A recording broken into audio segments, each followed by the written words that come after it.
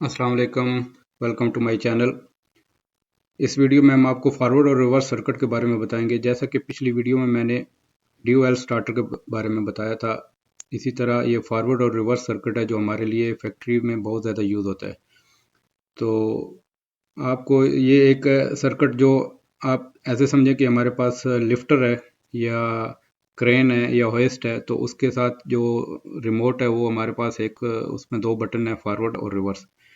तो उसके लिए जो हमको नॉर्मली सर्किट बनाने के लिए पावर सर्किट तो क्या क्या चीज़ चाहिए, वो हमारे पास 3 पोल ब्रेकर है, फॉरवर्ड कॉन्टेक्टर है, KM1 KM2 है, रिवर्स कॉन्टेक्टर, एक ओवरलोड रिले ताकि अगर कुछ ओवरलोड सिस्टम होए तो मोटर ओवरलोड हो तो ट्रिप हो जाए, तो एक मोटर होती है हमारे पास। तो इसके लिए हम जो स्टार डेल्टा सर्किट हम बनाते हैं तो उसको हम दो हिस्सों में मैंने डिवाइड किया था। एक हिस्सा DOL स्टार्टर का, अगर आपको वो समझ है DOL स्टार्टर तो बहुत बेहतर है, अगर नहीं समझ तो आप मेरी लास्ट वीडियो देख लें, एक इंग्लिश वर्जन में भी है और एक हिंदी उर्दू में भी है। तो हम उस सर्किट को दो हिस्सों में डिवाइड करेंगे। एक हिस्सा फॉरवर्ड रिवर्स इंटरलॉकिंग टाइप होगा, फॉरवर्ड रिवर्स सर्किट पावर नहीं होएगा लेकिन इंटरलॉकिंग होगा, तो वो सर्किट कंट्रोल सर्किट जो हम फॉरवर्ड रिवर्स का यूज़ करेंगे इंटरलॉकिंग। और दूसरा पोर्शन उसका जो है DOL स्टार्टर होगा। बाकी पावर तो इतना इशू नहीं है, पावर सर्किट तो नॉर्मली सब लोग बना लेते हैं, लेकिन मेन कंट्रोल सर्किट है उसका स्टार डेल्टा का, तो उस वजह से हम सबको उसमें प्रॉब्लम होती है। तो सबसे पहले हम शुरू करते हैं पावर सर्किट इसके लिए, फॉरवर्ड रिवर्स के लिए। तो इसमें जो कंट्रोल करेंगे, कंट्रोल हम इंटरलॉकिंग करेंगे, वही इंटरलॉकिंग सेम हमारा यूज़ होएगा स्टार डेल्टा में भी। तो ये समझना आपके लिए बहुत ज़रूरी है प्लीज़। तो शुरू करते हैं जी।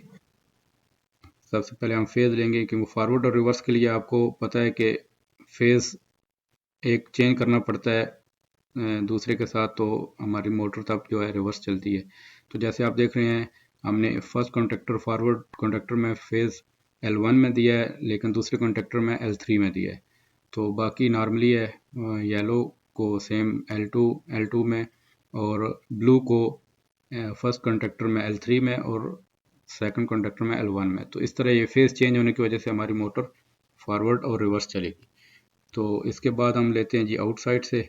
तो ओवरलोड में गई है, दूसरे के आउटसाइड से सेम ऐसे येलो ब्लू और रेड, तो वो हमारे सेम कनेक्शन जो आउटसाइड कॉन्टेक्टर के हैं वो उसी उसी तरह ये होंगे जिस तरह हमने नीचे से आउट किया है इसको KM1 को। तो रेड येलो ब्लू के साथ, ब्लू येलो रेड, जब ये कॉन्टेक्टर KM2 ऑन होएगा तो ये रिवर्स देगा सप्लाई, तो हमारी मोटर रिवर्स चलेगी, यानी अप या डाउन चलेगी।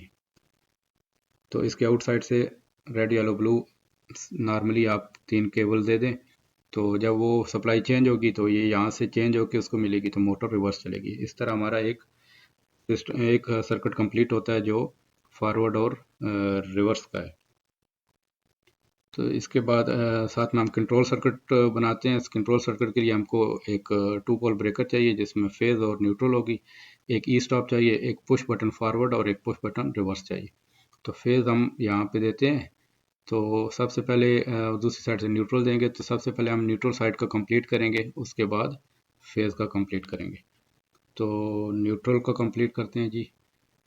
हमने स्टार्ट किया है, आउटसाइड से न्यूट्रल लेते हैं और सीधा ओवरलोड रिले के पॉइंट 96 और 95 में देंगे, जो नॉर्मली क्लोज पॉइंट है नॉर्मल हालत में। अगर मोटर ओवरलोड होगी तो ये ट्रिप हो जाएगा, तो करंट पास नहीं होगा यहाँ इस पॉइंट से।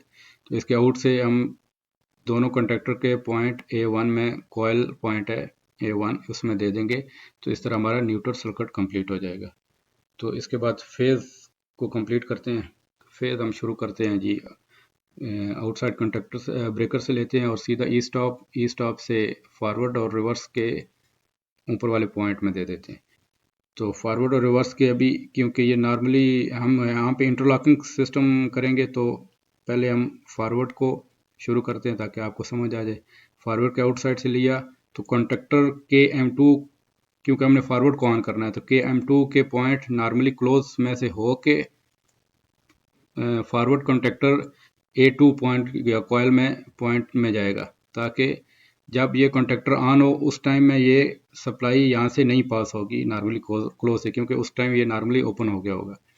तो इस वजह से हम ये इसको इंटरलॉकिंग सिस्टम बोलते हैं, ताकि एक टाइम में एक कंडक्टर ऑन हो। अगर आप पुश भी करें दूसरा कंडक्टर तो वो तब भी ऑन नहीं होएगा। दूसरा स्विच बटन पुश भी करें उसको सप्लाई ऑन करने के लिए, फॉरवर्ड रिवर्स एक साथ ही पुश करें बटन, तो एक टाइम में एक ही कंडक्टर ऑन होगा, दूसरा नहीं होएगा। तो देखें इसके आउटसाइड से हम सप्लाई लेते हैं और पॉइंट A2 फॉरवर्ड के कॉइल में देते हैं A2 पॉइंट में। इसी तरह हम सर्किट रिवर्स का कंप्लीट करते हैं। रिवर्स लेते हैं, उसका हम फॉरवर्ड कॉन्टेक्टर से नॉर्मल क्लोज पॉइंट से लेंगे देंगे और उसके आउट से A2 पॉइंट रिवर्स के कॉन्टेक्टर में देंगे। तो जब वो पुश करेंगे फॉरवर्ड तो रिवर्स ऑन होगा, लेकिन अगर साथ में रिवर्स भी करेंगे तो वो नहीं ऑन होगा। क्यों कि दोनों में से एक कंडक्टर ऑन होगा तो सप्लाई हमारी जो सिग्नल है या सप्लाई है या वो इसमें से नहीं गुजरेगी नॉर्मल क्लोज पॉइंट से, क्योंकि उस टाइम में एक कंडक्टर ऑन होगा तो दूसरा ऑन नहीं होएगा। तो इस तरह हमारी कोई ट्रिपिंग वगैरह से हम बच जाएंगे। तो ये दूसरी साइड से लेते हैं और ये कॉइल पॉइंट A2 रिवर्स में देते हैं। ठीक है जी, तो यहाँ तक आपको कंडक्टर समझ आएगा। अभी मैं एक नेक्स्ट स्लाइड में आपको बाकायदा करंट फ्लो करके दिखाता हूँ ताकि आपको सही समझ आएगी। उसमें से पावर सर्किट हम माइनस करेंगे। जैसे दोस्तों आपने देखा कि कंट्रोल सर्किट हमने बना लिया है, तो अभी हम फेज वाला सिस्टम ऑलरेडी हम तो बना चुके हैं इसको, लेकिन ये कि करंट फ्लो करके आपको दिखाते हैं कि करंट कैसे फ्लो होता है। तो सबसे पहले हम फॉरवर्ड पुश बटन प्रेस करेंगे तो करंट फ्लो शुरू हो गया है जी। और ये नॉर्मली क्लोज पॉइंट रिवर्स में गया और इसने क्योंकि हमने फॉरवर्ड को ऑन करना है तो ये दूसरी साइड से करंट गुजरेगा। ये पॉइंट ऑलरेडी क्लोज्ड है क्योंकि कंडक्टर हमारा नहीं लगा हुआ, एनर्जाइज्ड नहीं है। तो ये जब A2 पॉइंट में जाएगा तो ऑलरेडी न्यूट्रल है A1 पॉइंट पे, तो A2 पॉइंट पे फेस गया तो ये कंडक्टर हमारा ऑन हो गया। जब ये कंडक्टर ऑन हुआ तब नॉर्मली क्लोज पॉइंट इसका कंडक्टर का नॉर्मली ओपन हो गया फॉरवर्ड का, और normally open point normally close हो गया। ठीक है जी। अगर आप यहाँ पे LED या कुछ लाइट इस्तेमाल करना चाहते हैं, यूज़ करना चाहते हैं कि कंडक्टर फॉरवर्ड ऑन है या ऑफ है, तो वो हम नॉर्मली ओपन पॉइंट से सप्लाई ले सकते हैं। तो जैसे कि आपने ये देखा करंट फ्लो हुआ और नॉर्मली कॉइल पॉइंट A2 में गया नॉर्मली क्लोज पॉइंट रिवर्स से गुजर के, क्योंकि उस हालत में कंडक्टर ऑलरेडी ऑफ था। तो कंडक्टर फॉरवर्ड ऑन हो गया। इसी तरह करंट फ्लो करते हैं रिवर्स से, पुश बटन ऑन किया, पुश किया हमने, रिवर्स का फ्लो हुआ। ये सेम उसी तरह ही नॉर्मल क्लोज पॉइंट फॉरवर्ड में जाएगा क्योंकि कंडक्टर के M2 रिवर्स हमको ऑन करना है। तो ये दूसरी साइड से गुजर के, क्योंकि ये कंडक्टर ऑलरेडी ऑफ है, तो कॉइल पॉइंट A2 में जाएगा। तो A2 में जब पॉइंट में जाएगा सप्लाई जाएगी तो ये कंडक्टर ऑन हो जाएगा। तो इसके उस टाइम में नॉर्मल क्लोज नॉर्मली ओपन हो जाएंगे और ओपन क्लोज हो जाएंगे जो एक्सिलरी हैं। तो ये हमारा नॉर्मली सर्किट है कि किस तरह हम इंटरलॉकिंग करते हैं एक कॉन्टेक्टर से दूसरे, और करंट फ्लो करके आपको समझ आ गई होगी कि किस तरह ये काम करता है। अगर हम इसी टाइम अगर ये देखें भी ऑलरेडी हमारा सर्किट ऑन है रिवर्स का, तो मोटर रिवर्स में चल रही है। अभी सडनली आप उसी टाइम पुश करते हैं, हम आपको दिखाते हैं अभी कि फॉरवर्ड का भी, तो क्या वो उस टाइम में वो पास होके वो कंडक्टर ऑन होता है या नहीं होता है। इस टाइम में कंडक्टर रिवर्स ऑन है, तो फॉरवर्ड हम पुश करते हैं, यहाँ से करंट फ्लो होगा और कंडक्टर कॉइल नॉर्मल क्लोज में आके रुक जाएगा। क्यों? यहाँ से ये ऑलरेडी पॉइंट हमारा ओपन है। हाँ, ये उस सूरत में पास होएगा जब ये हमारा क्लोज होगा, यानी मोटर स्टॉप होगी, रिवर्स नहीं चल होगी। अभी रिवर्स चल रही है मोटर, तो ये सप्लाई अगर हम पुश करने से भी ये सप्लाई यहाँ पे रहेगी। अगर हम ये कंडक्टर भी ऑन है और दूसरा भी ऑन हो जाए, या अगर हम इंटरलॉकिंग नहीं यूज़ करेंगे तो हमारा मोटर का ब्रेकर ट्रिप हो जाएगा। तो इस वजह से हमें मतलब कुछ नुकसान हो सकता है, मोटर जल सकती है, क्यों फॉरवर्ड और रिवर्स दोनों देने से वाइंडिंग का इशू आ सकता है। तो ये हमारा इंटरलॉकिंग सिस्टम, और ये हमारा स्टार डेल्टा में भी इसी तरह यूज़ होता है, क्योंकि जब हम स्टार और डेल्टा को मूव करते हैं तो हम भी वहाँ पे भी इंटरलॉकिंग यूज़ करते हैं, ताकि फॉरवर्ड जब चले तो सॉरी डेल्टा स्टार जब चले तो डेल्टा नहीं चले, जब डेल्टा बंद हो तो स्टार उस टाइम चल जाए।